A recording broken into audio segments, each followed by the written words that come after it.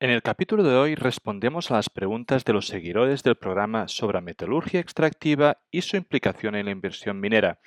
Repasaremos los principios básicos hasta sus implicaciones financieras y así descubrirás información valiosa para mejorar tus decisiones de inversión. ¿Me acompañas?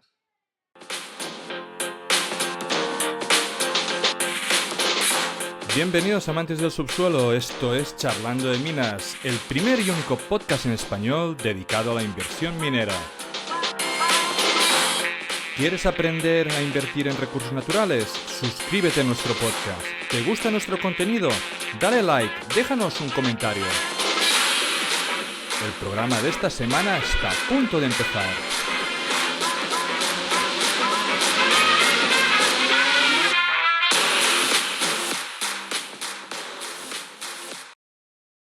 Bienvenidos a un nuevo capítulo de Charlando de Minas. En el capítulo anterior hemos tenido a Sergio, que nos ha hecho una presentación exquisita, una presentación donde hemos aprendido muchísimo sobre metalurgia extractiva y el potencial, ¿no?, en las inversiones mineras. Y de verdad, si estás escuchando este episodio, pero aún no has podido ver el anterior, te recomiendo 100% que lo veas, o si no, si hay alguna de las preguntas que vamos a hacerle ahora en la cual la respuesta te intriga un poco, por favor, vuelve al capítulo anterior porque realmente nos ha podido demostrar toda la experiencia profesional que ha tenido, y hemos tenido conceptos que son muy complicados de entender de una forma muy divulgativa y que pueden ayudarte a pues adquirir esos conceptos que son claves, bajo mi punto de vista, en la inversión minera. Ahora, Sergio, lo que vamos a hacer es, tengo una serie de preguntas, algunas de esas ya las has ido respondiendo, pero sí que vamos a ir un poco hacia ellas, que mayormente las ha enviado la audiencia para poder desgranar pues, esas inquietudes que tienen y poder saber tu opinión, ¿no?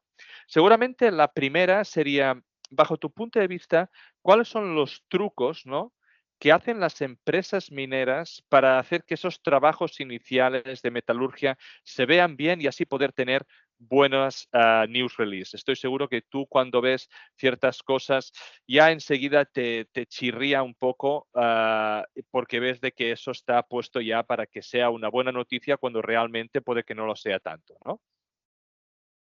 Hombre, normalmente todos tendemos a dar las buenas noticias y guardarnos las malas, ¿no? Entonces, pues seguramente que en estadios muy tempranos, cuando coges muestras y te pones a ensayar, pues algunas saldrán mal y depende de lo mal que salgan, pues esas a priori igual no las reportas, porque también es verdad que luego hay que darle muchas vueltas a esto para llegar al punto óptimo. Y las que salen bien, pues esas las reportas cuanto antes. Yo, sinceramente, lo único en este caso, ya pensando en el bien hacer de las empresas, lo que sí miraría siempre es que, que la ley y la mineralogía de esas muestras es representativa, en el sentido de que a ti te dice el plan de mina, que tienes una ley media de 0,4% de cobre y ves un montón de muestras que al final es 0,3, 0,2, 0,4, 0,45, 0,35 y resulta que el ensayo metalúrgico, el que te dice la recuperación de ley de cabeza, tiene un 1%, dices tú, ostras, esto no es representativo. ¿Aquí qué pasa? Que hemos cogido justo la zona del pata negra.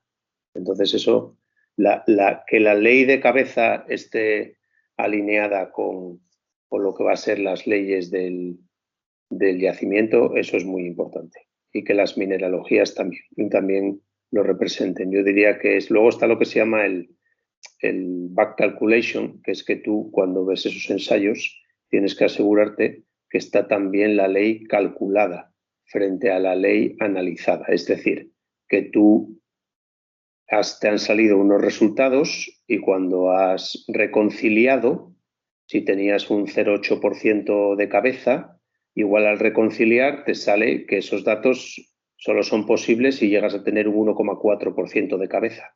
Entonces ahí tienes una desviación enorme. Entonces Claro. algo ha podido pasar. Entonces, bueno, así a priori es lo primero que se me ocurre, Amadeo.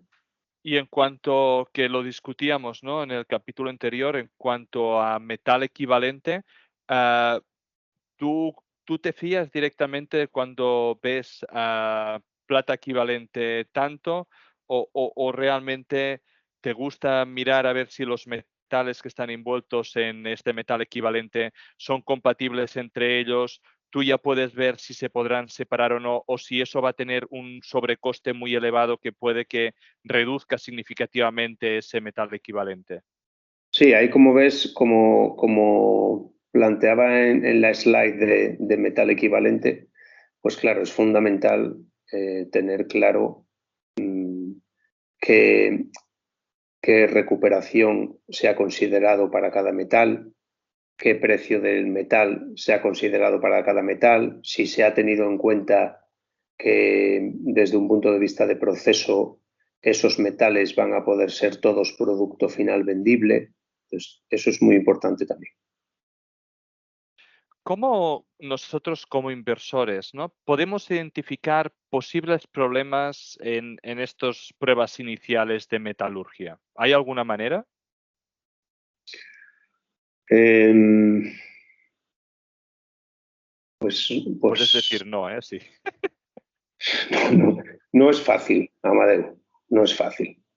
No es fácil porque, claro, ahí hay que, o sea, a ver, si ya has visto muchos, si ya has visto muchos estudios metalúrgicos y si tienes experiencia operativa, pues entonces tú mismo puedes, ya tienes un know-how que ya más o menos sabes si tiene rigor, si todavía le queda mucho, si está muy verde, pero si no, es complejo. Es complejo. Aquí lo más importante es un poco, como explico en la presentación del podcast anterior, tener los conceptos básicos en líneas generales para saber leer un poco un estudio metalúrgico y saber interpretarlo.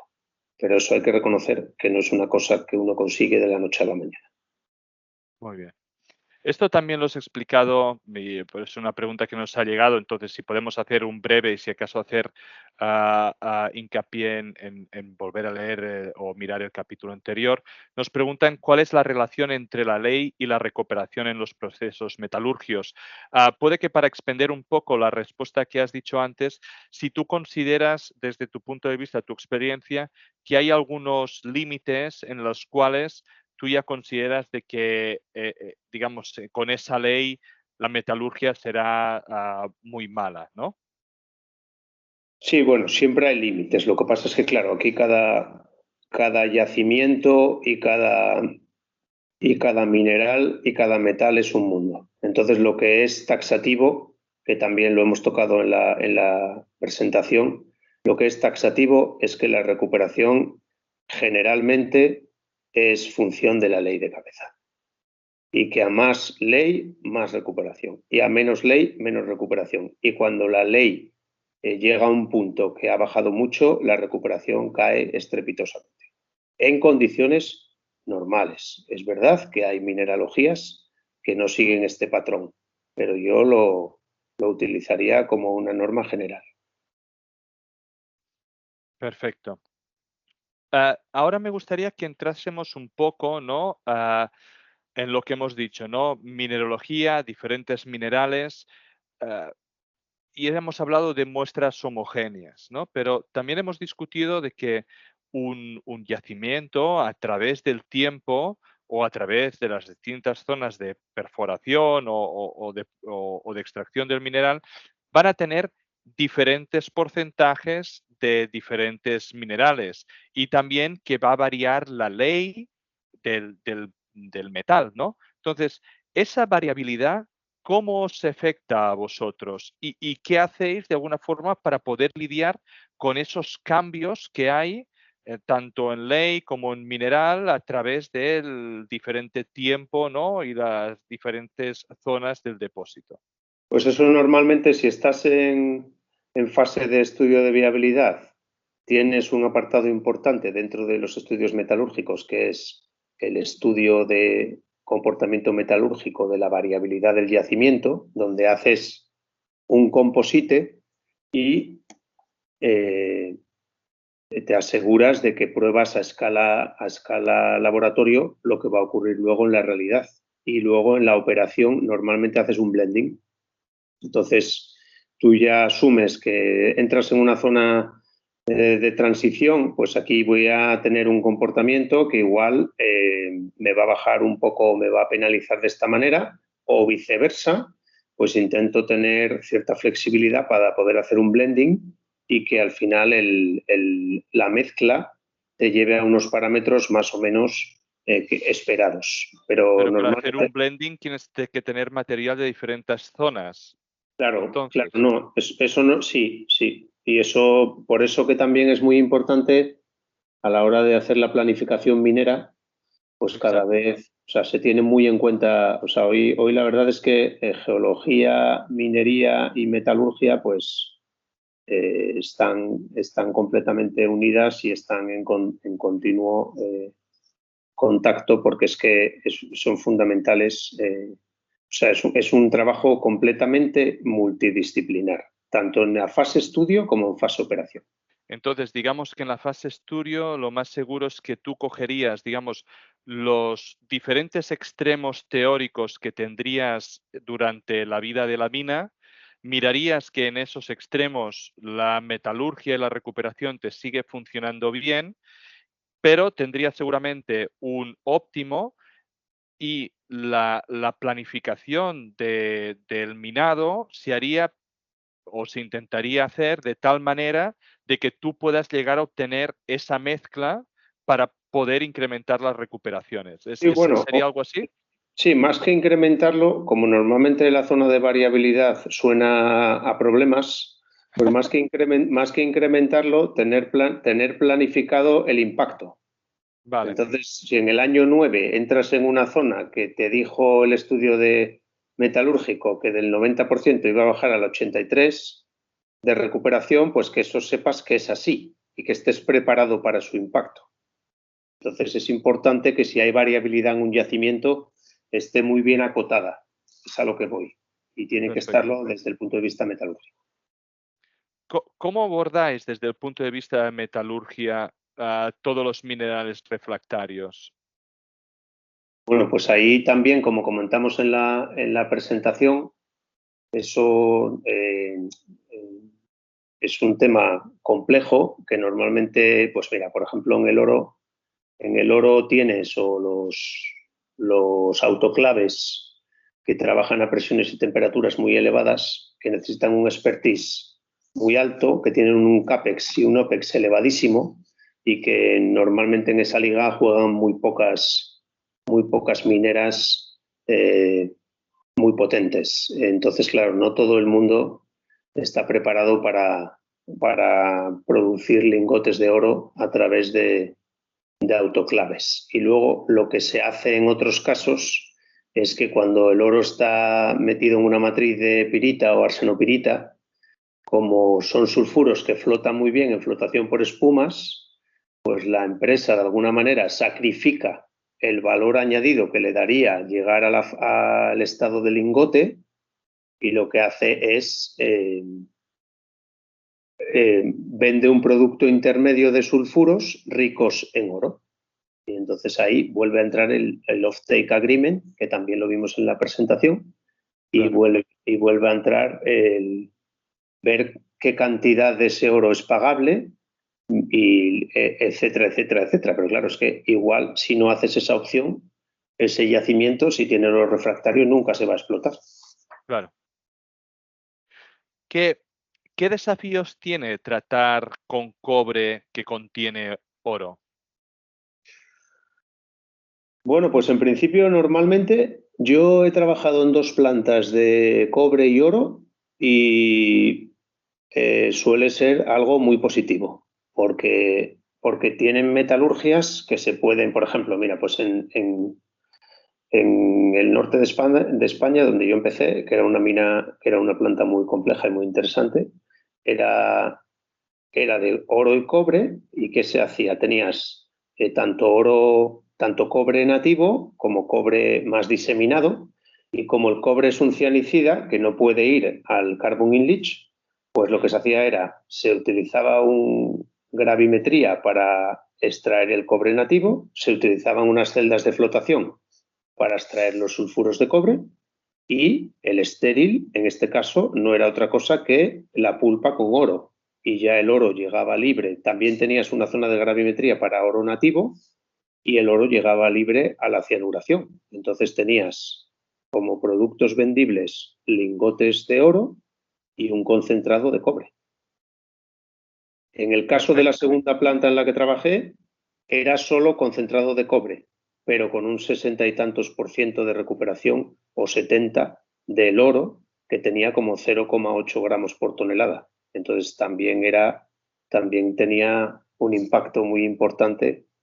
Digamos que la mayor fuente de ingresos en este segundo caso era el cobre, pero el oro tenía también un impacto muy importante en la cuenta de resultados. O sea que para mí oro y cobre positivo. ¿Qué desafíos hay para tratar muestras que contienen mezclas de sulfitos y óxidos? De sulfuros, imagino que me quieres decir, ¿no? Claro. Pues yo, la verdad, no tengo mucha experiencia práctica en esto, pero sí es cierto que desde el punto de vista del comportamiento, si estamos hablando en el caso de minerales de cobre, desde el punto de vista del comportamiento en lo que en lo que es la flotación por espumas o en lo que es la lixiviación y la hidrometalurgia, hay diferencias. Unos, como vimos también en la presentación, unos lixivian en condiciones muy amigables, otros necesitan condiciones mucho más agresivas. Desde el punto de vista de la flotación por espumas, unos necesitan un tipo de reactivos, otros necesitan otros tipos a un pH determinado. Entonces, puede ser un problema.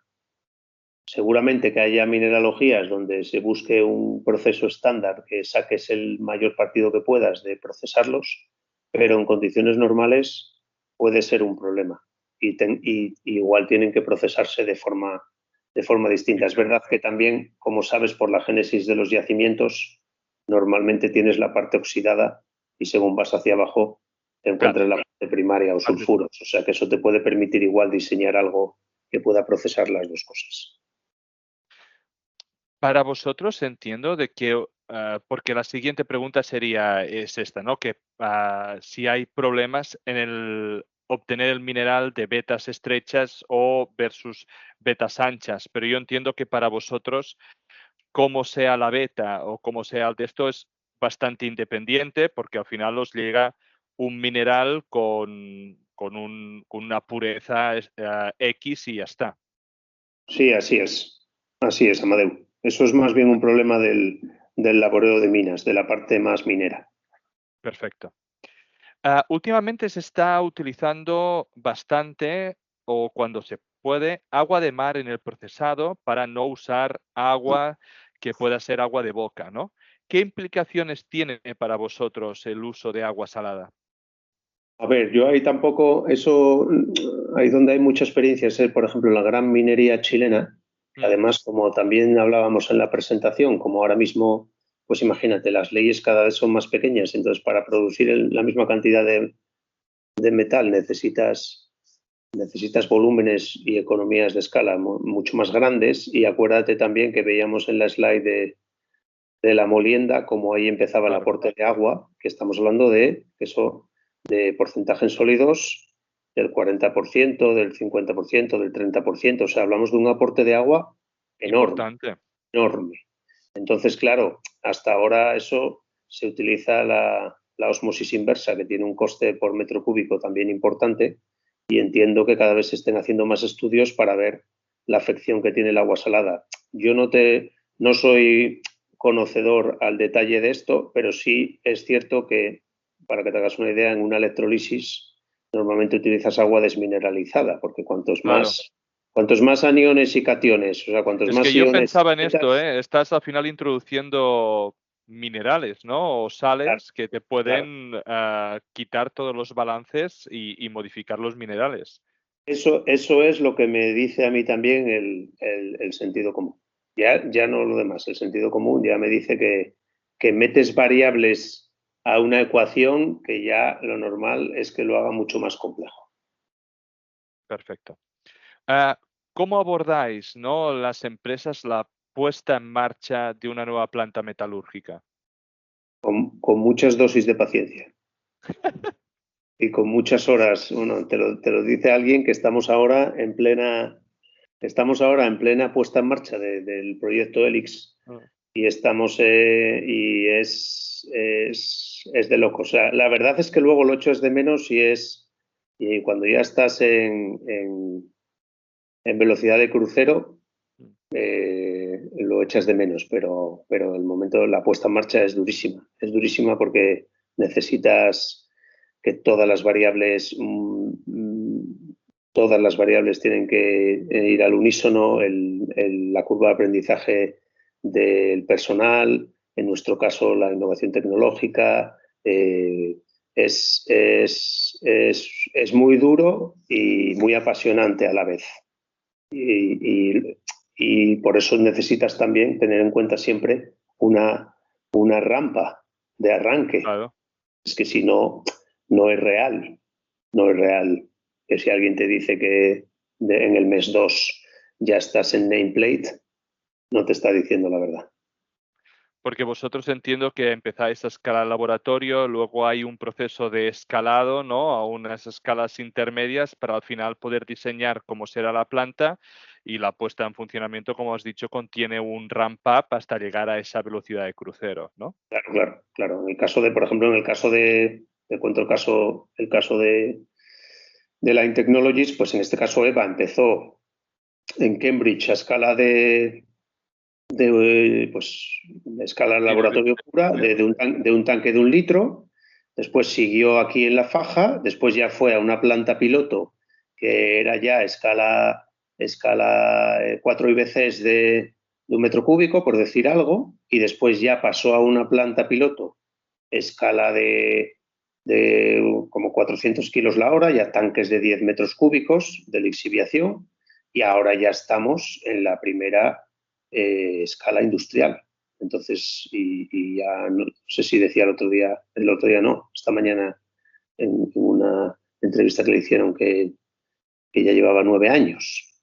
Entonces, bueno, pues esto es un tema complejo. Lo que pasa es que es verdad que, bueno, pues en un proyecto minero convencional que entran todas las disciplinas, pues llevas muchas cosas en paralelo.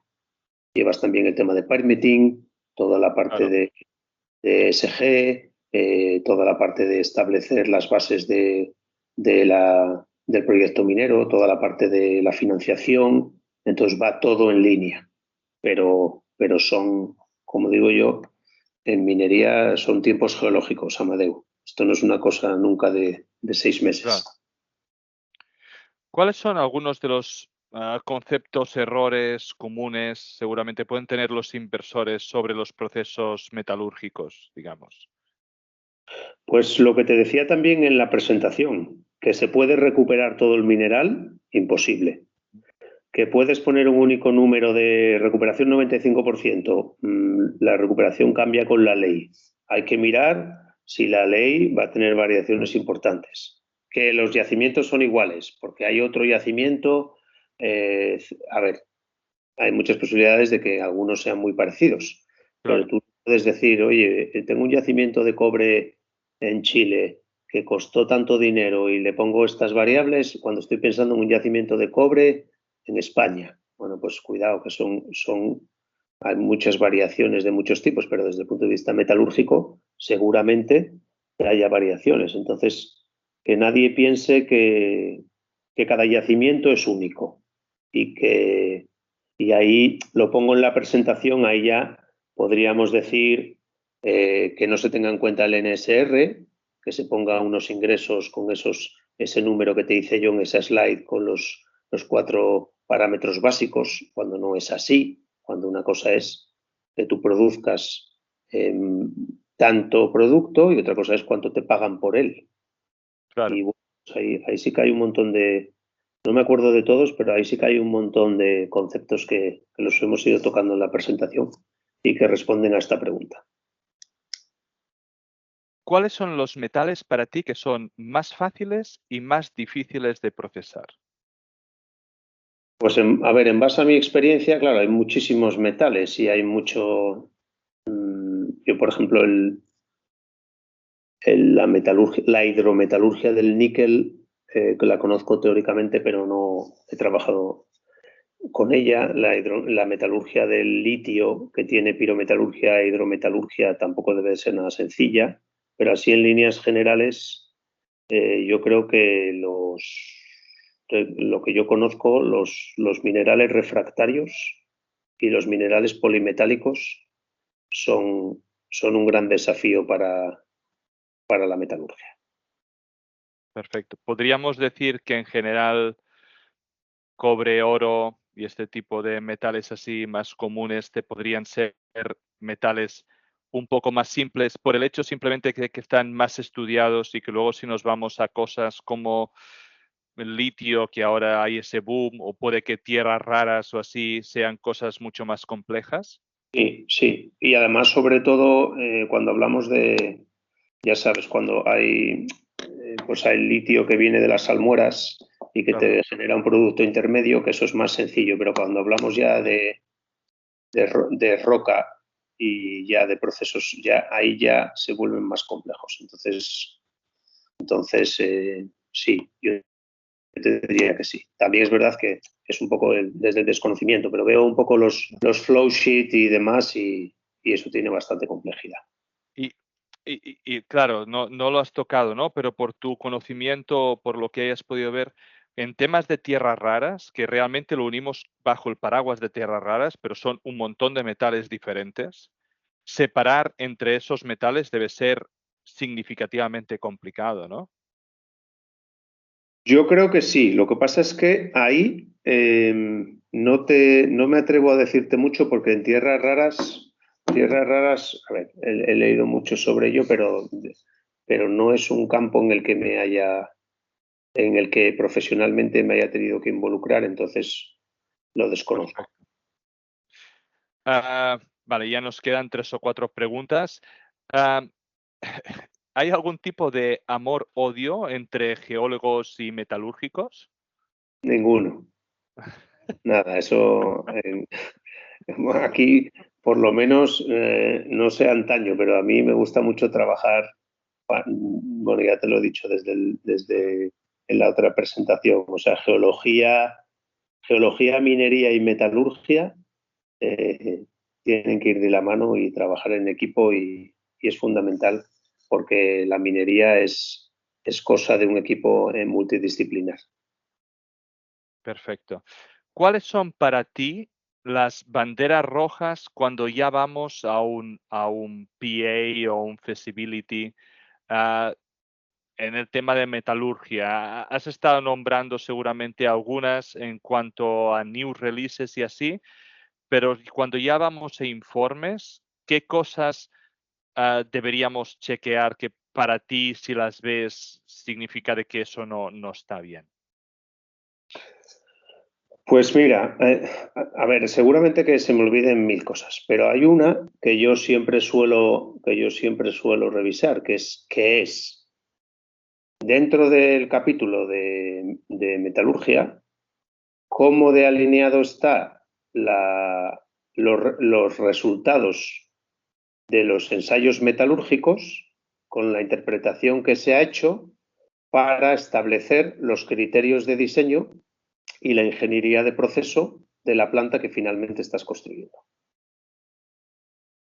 Porque claro, es importante que si los ensayos metalúrgicos decían una cosa y resulta que de 20 muestras solo una decía una recuperación de 95 y unos consumos importantes de reactivos y las demás eran mucho más pesimistas y vas a la ingeniería de proceso y ves que los criterios de diseño se ha utilizado el base case escenario, pues malo.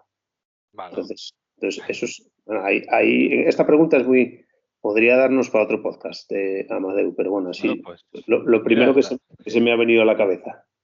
para la temporada que viene ya tenemos capítulo por hacer, porque además quiero invitar a que Jordi, si nos está escuchando, que ya he hablado con él para intentar hacer algún capítulo, porque él es como consultor para hacer NI 43101. Y ya le he dicho, venos a contar un poco sobre el de esto. Así que podrían ser como 2 capítulos complementarios y seguramente en zonas de expertise diferentes que pueden encajar muy bien. 2 últimas preguntas. ¿Hay algún, digamos, error así mundial en la historia de la minería en cuanto a metalurgia que debamos conocer ni que sea como curiosidad? Uf, no, No se te venga a la cabeza. no, ahora no se me viene a la cabeza. Se me viene a la cabeza el escándalo este de... Del BRICS. Sí, eso es lo primero que se me viene a la cabeza. Yo Pero digo, eso puede ya que haya algo parecido, ¿sabes? Con la metalurgia. sí, sí, no, además también tiene algo de relación porque ahí es verdad que hicieron Solti de las muestras, pero luego esas muestras, no sé si llegaron a hacer ensayos metalúrgicos, pero Claro, tenían que salir maravillosos. Pero no se me viene ninguna a la cabeza.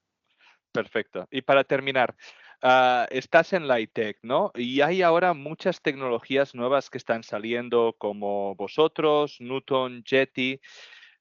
Me gustaría saber si en forma general me puedes decir un poco las diferencias que hay entre ellas, si de alguna forma las conoces o el fundamento, si es diferente o todas se basan en algo parecido, que cada uno ha desarrollado una metodología diferente. No sé si La, puedes decirme.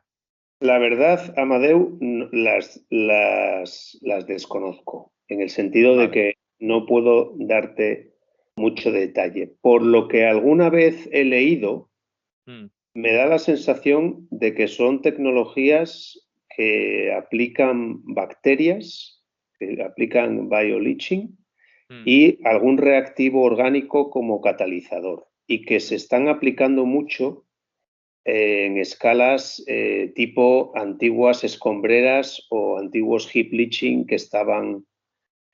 o pilas que por lo que sea en la minería hace un montón de años pues tenían unas leyes mucho más altas y lo que antes era sí, un residuo pues hoy es un un recurso. starting material, sí. Entonces me da la sensación de que va por ahí, pero no me atrevo a confirmártelo porque no lo sé. La nuestra, Perfecto. Mm, la nuestra lo que sí es una hidrometalurgia con una base electroquímica y lo bueno que tiene es que es una tecnología convencional en cuanto a que eh, es una lixiviación de tanques agitados ujú. y que y que en condiciones ambientales y que la verdad es que es otra forma de buscar el mismo fin, pero que ahora mismo creemos que es muy competitiva y la realidad es que la primera planta industrial está construida, hemos empezado a producir ya los primeros cátodos y estamos en plena puesta en marcha y finalización de algunas pruebas. Entonces, bueno, esto es algo real. Ya es el despegue ya. Otra cosa es que hablemos dentro de un año y que los economics no sean como esperábamos porque nos hemos pegado de mil maneras y necesitamos, pero en principio es muy promising y ya se ha llegado a un punto que yo espero que sea de no retorno, sinceramente. Perfecto, Sergio. Pues nada, simplemente agradecerte de alguna forma tanto la presentación, que yo personalmente la he disfrutado mucho y espero que la audiencia que quiere aprender, que quiere educarse en el mundo de las materias primas y la inversión, realmente es algo que se puede sacar mucho jugo y que pueden ir viendo varias veces porque seguro que van a ir sacando cosas que en las anteriores no han podido captar. Y también agradecerte mucho por todas esas preguntas que han ido llegando durante las últimas semanas cuando lo puse por redes de que si había alguien que quería preguntar sobre el tema y poderla responder. Y ya nada más, como hemos dicho, tendremos seguramente otro capítulo la siguiente temporada para hablar de esta parte del NI, pero muy agradecido de verdad por tu paso en el programa. Perfecto, Amadeo. Muchísimas gracias por invitarme. Ha sido todo un placer.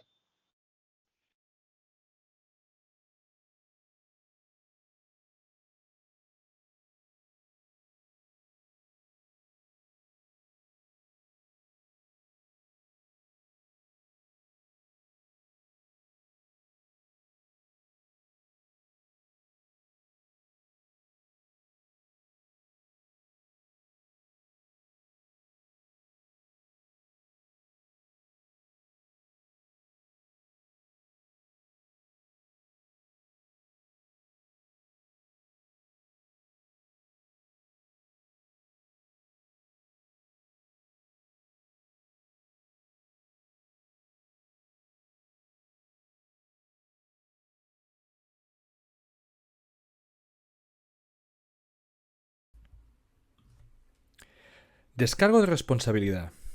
Los contenidos que aparecen en Charlando de Minas no son recomendación de inversión. Amadeu Bonet y sus invitados no son asesores de inversión. Los autores pueden tener algún interés en las compañías que se mencionan en esta publicación. Igualmente pueden tener sesgos y no ser imparciales. La información en esta publicación y de todas otras de Charlando de Minas son impersonales por naturaleza y de carácter generalista y deben ser consideradas como un producto de entretenimiento. Recuerda que el riesgo mínimo de cualquier inversión mencionada en este vídeo es el 100% del capital. Antes de tomar ninguna decisión de inversión, es imprescindible que consultes a un asesor de inversores cualificado y con experiencia. Estas emisiones son un relato personal de mi aprendizaje en el mundo de los recursos naturales. En este podcast intentaremos traer empresas, comentar tesis de inversión y hablar con gente relevante en el sector. Si te gusta, dale like y suscríbete. Soy Amadeu Bonet y esto es Charlando de Minas.